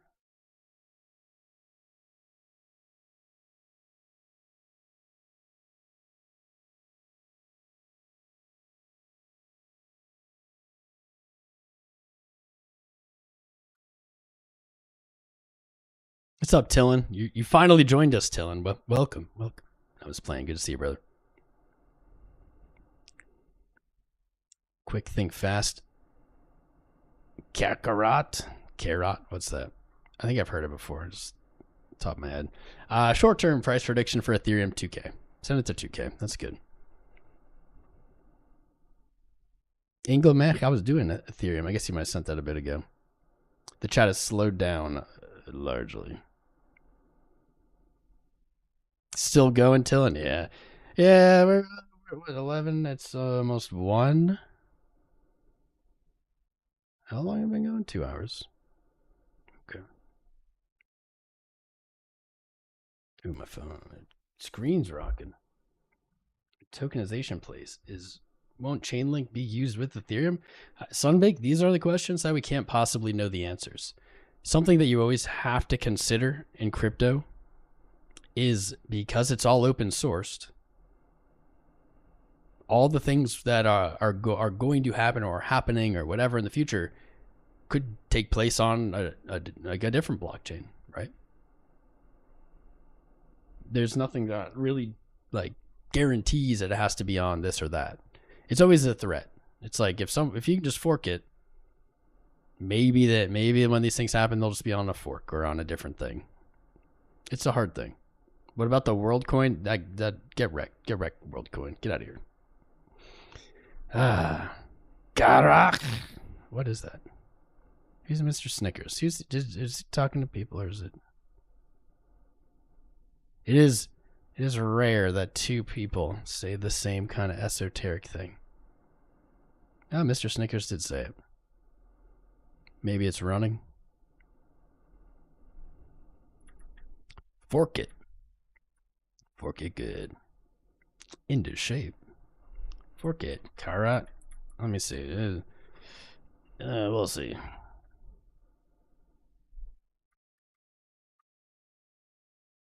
It's on Coinbase. All right. All right. Whoa. You're watching it? If you're watching this, you're a little masochist. You're loving this pain. Ho. Bro, why are you watching this? It's down 99.8%. Honestly, I don't know if I even believe that those are real people then. I don't know if those are real people. I don't think real people come in after an all-time low 2 days ago. And it's down 2% today. I don't know. I guess I would ask, why are you watching it? Why are you watching it? What is going on that you're watching this? What do you think is going to happen? That was the first message Quick Think Fast ever sent here. What about Aaron? If it was the first one Aaron ever sent, then it's BS.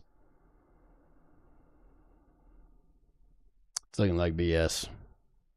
Yeah, dude. I don't know. Or it's the greatest call of all time. I don't know, man. Maybe. I wouldn't touch this. They're just buying some market makers' bags. 99.9% traded at.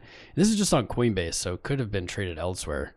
Maybe even higher. $1.30. It's now worth a quarter of a penny.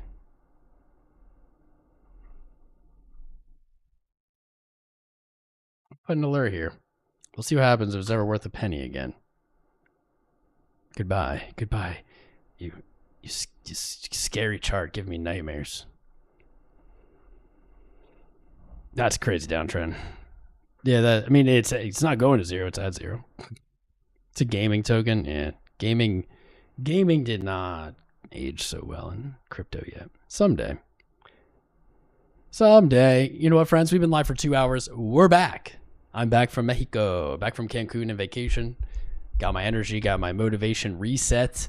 We're going to be streaming. We're going to be streaming a lot. We have the FOMC next week on Wednesday the 29th. I appreciate you tuning in with me today. You're the best. Make sure you've liked, subscribed, shared out the channel. Check out my new Google profile that I guess just got enabled. Let me know how I can improve it. Like, let me know. How do I don't even know how to type it. Let me know how I can type it. How I can improve it. I just set it up. I'm going to put that link in. Copy. Profile.google/@TomCrown. Check it out. Let me know how I can improve it. What I should add on it, I don't know. Join our Discord, discord.gg/TomCrown. It's free. It's the only real Discord out there. There's scammers pretending to be me. Those aren't real. You can always verify anything at discord.gg/TomCrown, as in if you get a message from me, if you think you do, or it looks like you did. You can verify if that's real there. Stay safe. Sign up with our partners in the video description below. Video or links also in Discord. If you sign up using any of them, you will get access to our exclusive VIP rooms in Discord. It doesn't cost you a thing. I appreciate you tuning in. Google profile like a LinkedIn? No, you'll see. I don't know. You can't just make one. Google has to like invite you to make one. It's for creators and stuff. You have to have a certain amount of creators or subscribers and following. But I appreciate you tuning in. I love you. I'm going to go finish unpacking, snuggle up Professor Beans, chill out a little bit. I will catch you guys very soon. And in the live.